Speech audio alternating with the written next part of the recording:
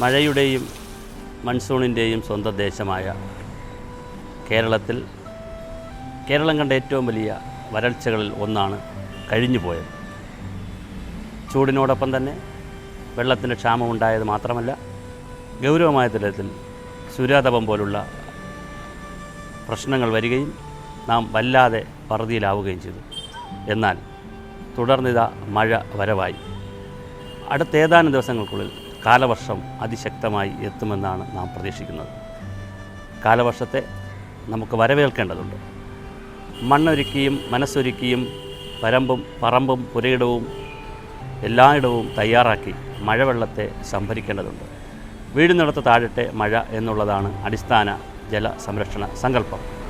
ഓടുന്ന വെള്ളത്തെ നടത്തിയും നടക്കുന്നവയെ നിർത്തിയും നിൽക്കുന്നവയെ ഇരുത്തിയും ഇരിക്കുന്നവയെ കിടത്തിയും കിടക്കുന്നവയെ ഒരുപാട് സമയം ഭൂമിയിൽ ഉറങ്ങാൻ അനുവദിക്കുകയും ചെയ്യുന്ന സാഹചര്യം ഉണ്ടാക്കുക എന്നുള്ളതാണ് ജലസംരക്ഷണത്തിൻ്റെ അടിസ്ഥാന തത്വമായി അംഗീകരിച്ചിട്ടുള്ളത്. ഓടുന്ന വെള്ളത്തെ നടത്തുക എന്നുള്ളതുകൊണ്ട് ഉപരിതലത്തിലൂടെ പോകുന്ന വെള്ളത്തിൻ്റെ നീരൊഴുക്ക് വേഗത കുറയ്ക്കുകയും ഭൂമിക്കടിയിലേക്ക് പരമാവധി കടത്തിവിട്ട് ഓരോ പ്രദേശത്തിൻ്റെയും ഭൗമോപരിതലത്തിലെ വെള്ളക്കെട്ട് ഒഴിവാക്കുകയും ഭൂഗർഭ ജലസ്രോതസ് വർദ്ധിപ്പിക്കുകയും ചെയ്യുക എന്നുള്ളതാണ് ഇതിലൂടെ ഉദ്ദേശിക്കുന്നത്.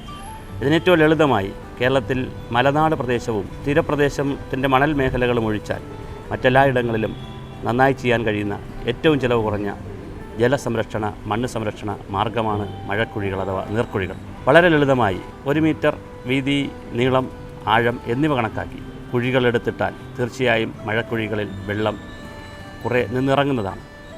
ഒരു ചതുരശ്ര മീറ്ററുള്ള മഴക്കുഴിയിൽ ഏകദേശം 1000 ലിറ്റർ വെള്ളം ഒരു സമയം നിറയും.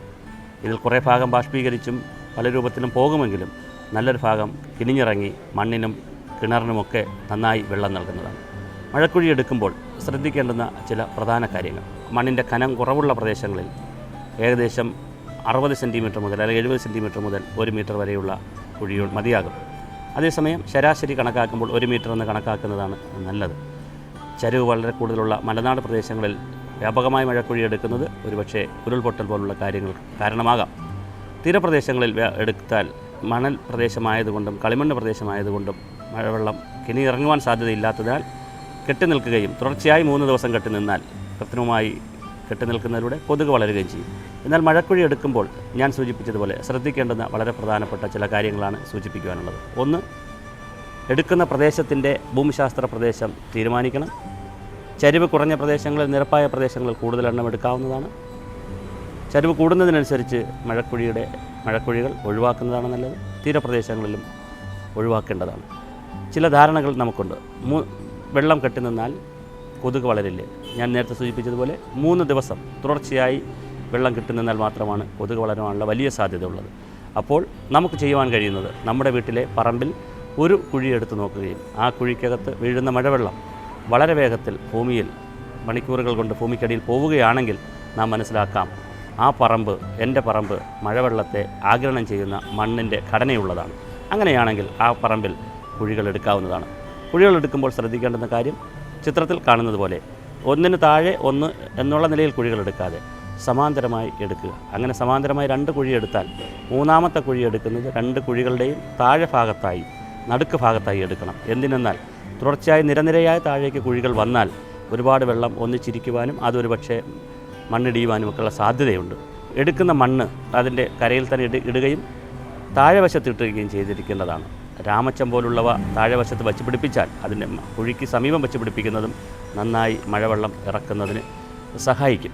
തീർച്ചയായും മഴക്കുഴികൾ അഥവാ നീർക്കുഴികൾ വളരെ ലളിതമായ പദ്ധതിയായി നമുക്ക് ചെയ്യാവുന്നതാണ്. തൊഴിലുറപ്പ് പദ്ധതിയും പശ്ചിമഘട്ട വികസന പരിപാടി, ജലനിധി പോലുള്ള പദ്ധതികൾ തുടങ്ങിയ സർക്കാരിൻ്റെ വ്യത്യസ്തങ്ങളായ പദ്ധതികളിൽ മഴക്കുഴികളുടെയും നീർക്കുഴികളുടെയും നിർമ്മാണം നമുക്ക് നടത്താവുന്നതാണ്.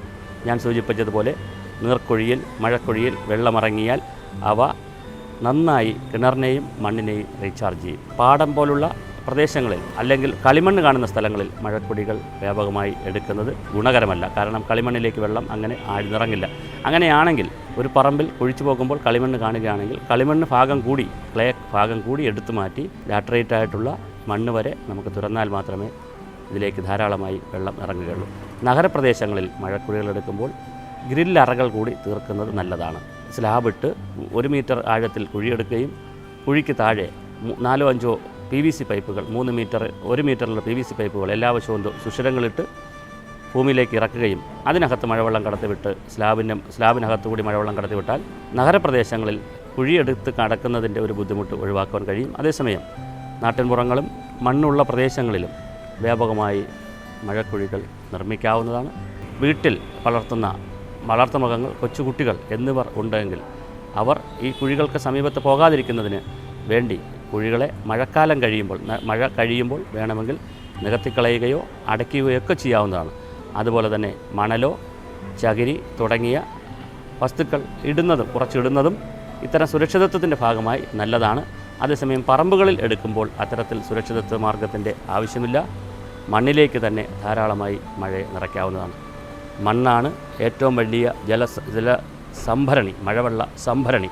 കോടാനുകോടി ലിറ്റർ മഴവെള്ളത്തെ കരുതി വയ്ക്കുവാനും അവ ഉറവയായി മണ്ണിലും കിണറ്റിലും പുഴകളിലും തോടുകളിലും എല്ലായിടത്തും എത്തിക്കുവാൻ ഇത്തരത്തിൽ മഴ കരുതുന്നതിലൂടെ ഭൂമിയിലേക്ക് കടത്തുന്നതിലൂടെ കഴിയുന്നതാണ്.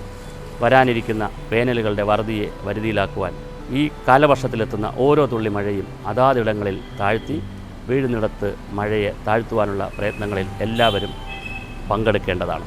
മഴവെള്ള സംഭരണം, ഭൂജല പരിപോഷണം, ജലസംരക്ഷണ മാർഗങ്ങൾ എന്നിവയെ സംബന്ധിച്ച് കേരള ഭാഷാ ഇൻസ്റ്റിറ്റ്യൂട്ട് ജലപാഠം എന്നൊരു പുസ്തകം പ്രസിദ്ധീകരിച്ചിട്ടുണ്ട്. അതുപോലെ തന്നെ DC ബുക്സ് മഴക്കൊയ്ത്തും ജലസുരക്ഷയും എന്നൊരു പുസ്തകവും വിപണിയിലെത്തിച്ചിട്ടുണ്ട്. 2 പുസ്തകവും തയ്യാറാക്കിയിരിക്കുന്നത് ഞാനാണ്. ഇത്തരം ജലസംരക്ഷണ മാർഗങ്ങളെക്കുറിച്ച് കൂടുതൽ അറിയുവാൻ പുസ്തകങ്ങൾ പ്രയോജനകരമായിരിക്കും.